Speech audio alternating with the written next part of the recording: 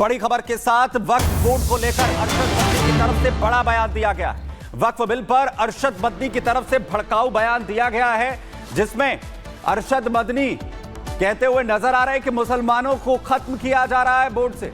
मदनी कहते हैं कि मुसलमानों की जमीन छीनने की कोशिश हो रही है, यूसीसी मुसलमानों के खिलाफ है। अरशद मदनी का कहना है 5 लाख मुसलमानों का बड़ा सम्मेलन अब हम करेंगे, यह भी मदनी की तरफ से कहा गया। तो आपको बताएं कि मुसलमानों की जमीन छीनने की कोशिश इसके जरिए हो रही है, यूसीसी मुसलमानों के खिलाफ है। अरशद मदनी ने भड़काऊ बयान यहां पर दिया। तो जमीयत उलेमाए हिंद के अध्यक्ष मौलाना अरशद मदनी ने वक्फ संशोधन बिल को लेकर एक बार फिर से भड़काने वाला काम किया है। दरअसल मौलाना अरशद मदनी ने धमकी दी है कि मुसलमानों को वक्फ बिल कतई मंजूर नहीं है और अगर वक्फ बिल लाया गया तो मुसलमान चुप नहीं बैठेंगे। देखिए,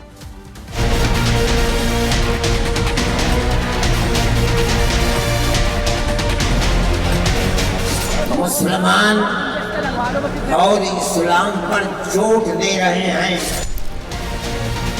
वक्फ बिल अभी आया भी नहीं है, लेकिन मौलाना वक्फ के नाम पर मुसलमानों को भड़काने के काम में अभी से जुट गए हैं।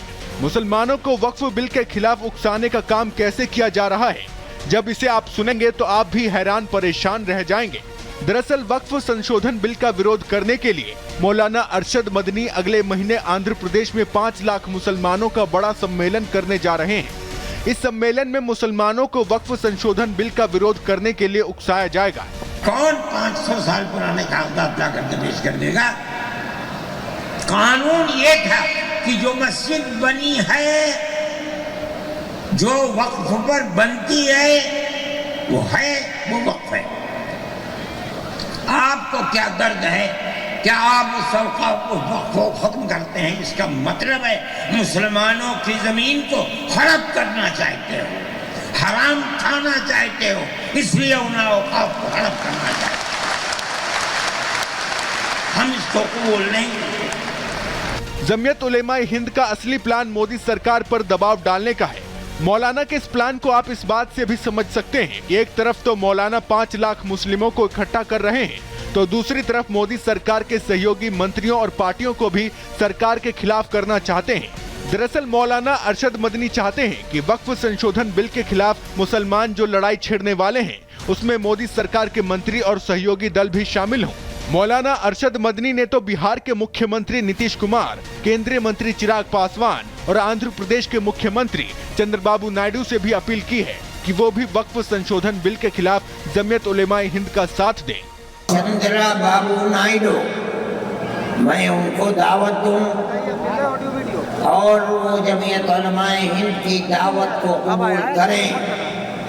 मुसलमानों के जज्बात इस मसले से कितना जुड़े हुए हैं, वो अपने बंगलों में, बालाखानों में और असेंबली के हालों में बैठकर कभी नहीं समझ सकते। ये तो वही बात हुई कि आग लगी नहीं और धुआं उठने लगा। ये बात मौलाना अरशद मदनी और वक्फ संशोधन बिल का विरोध करने वालों पर एकदम फिट बैठती है, क्योंकि वक्फ बिल अभी आया नहीं, जेपीसी ने अपनी रिपोर्ट सौंपी भी नहीं, लेकिन मौलाना अभी से हाय तौबा मचाने में जुट गए हैं कि वक्फ बिल मुसलमानों की जमीन छीन लेगा, जबकि सरकार लगातार ये कह रही है कि वक्फ बिल मुसलमानों के कतई खिलाफ नहीं है। Bureau report, Republic Bharat. और इस बीच एक और बड़ी खबर, अरशद मदनी के बयान पर देवकीनंदन ठाकुर ने जवाब दिया। देवकीनंदन ठाकुर का जवाब, वक्फ बिल को लेकर सम्मेलन करके 5 लाख मुसलमानों को जुटाने की धमकी देने वाले अरशद मदनी के बयान पर देवकीनंदन ने ये जवाब दिया है और उन्होंने कहा है कि जुटाया जाएगा लोगों को, और साथ ही उन्होंने वो तारीख भी बता दी है कि सनातन बोर्ड बनाना बहुत जरूरी है, सनातन बोर्ड बनाने की जरूरत है और साथ ही सबको एक साथ जुटकर काम करने की जरूरत है। क्या कुछ कहा, पहले वो सुनाते हैं आपको। कि अब की बार अंतिम धर्म युद्ध होगा।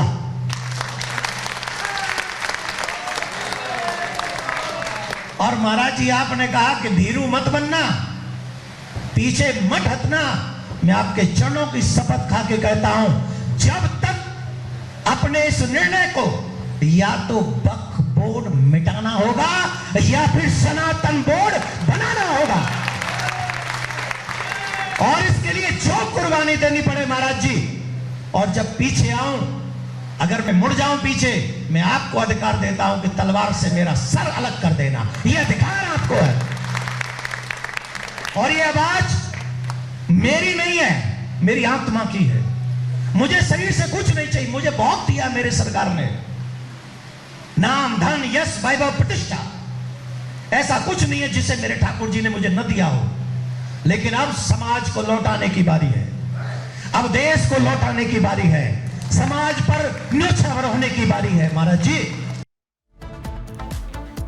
आगे बढ़ते हैं, बात जम्मू कश्मीर की करेंगे, जहां श्रीनगर में ग्रेनेड अटैक में घायलों की संख्या बढ़ गई है। 12 घायलों को SMHS अस्पताल में भर्ती कराया गया है, जहां उनका इलाज जारी है।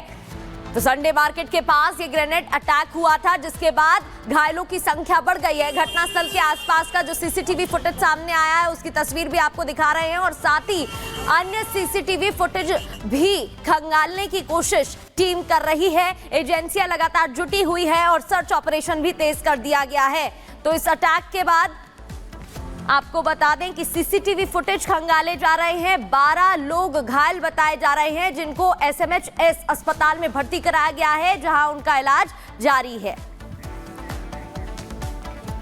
हमारा सहयोगी इस खबर जानकारी के साथ जुड़ रहे हैं। एरावत, फिलहाल क्या सिचुएशंस हैं और क्या जानकारी अभी तक मिल पा रही है, किस तरीके से पूरा यह हमला हुआ?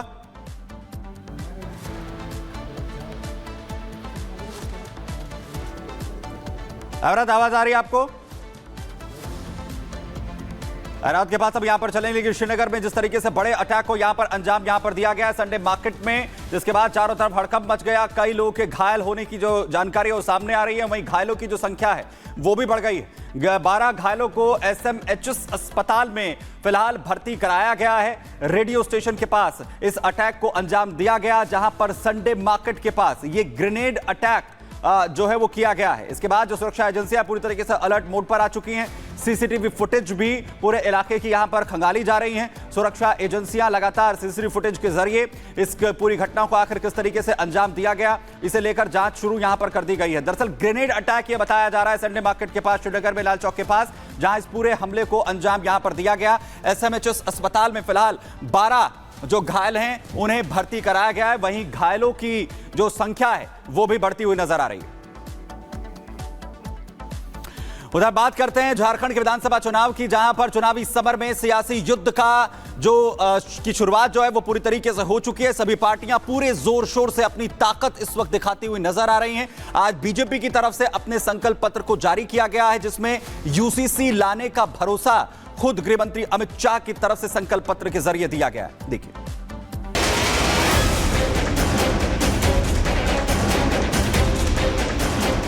हेमंत बाबू, झारखंड में UCC जरूर आए। हमारी सरकार झारखंड में UCC लाएगी। झारखंड के विधानसभा चुनावी रण में बीजेपी ने अपना एजेंडा सेट कर दिया है। रांची में गृह मंत्री अमित शाह ने पार्टी का संकल्प पत्र जारी करते हुए बता दिया कि बीजेपी झारखंड का बांग्लादेशीकरण नहीं होने देगी। हेमंत बाबू, झारखंड में UCC जरूर आएगा। हमारी सरकार झारखंड में UCC लाएगी, मगर UCC से आदिवासियों को पूर्णतया हम बाहर रखेंगे। कोई आदिवासी के अधिकार और कानून को UCC से हम नहीं छीनेंगे। संकल्प पत्र जारी करते हुए शाह ने प्रदेश में माटी, बेटी और रोटी की सुरक्षा के साथ ही विकास का वादा किया और कहा कि अब झारखंड की जनता को तय करना है कि उन्हें कैसी सरकार चाहिए। भारतीय जनता पार्टी माटी, रोटी और बेटी को सुरक्षित करने का एक नारा लेकर आगे बढ़ गई। हमने झारखंड की एक ऐतिहासिक विरासत जो भगवान बिरसा मुंडा ने शुरू की, देश की सुरक्षा की, इसको माटी, रोटी, बेटी के साथ आदिवासी सम्मान के साथ जोड़कर आगे बढ़ाने का फैसला किया है।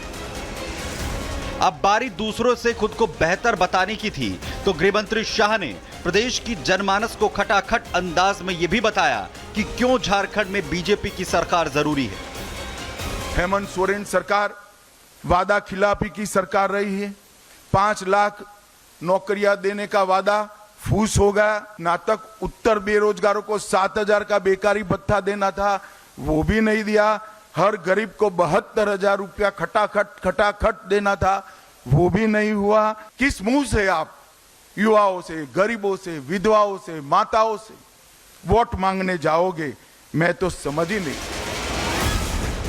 बीजेपी के संकल्प पत्र में कई बड़े वादे किए गए हैं, जिनमें घुसपैठियों से भूमि कब्जा मुक्त कराएंगे, गौ तस्करी से राज्य को मुक्त करेंगे, गोगो दीदी योजना के तहत महिलाओं के खाते में हर महीने की 11 तारीख को 2100 रुपए आएंगे,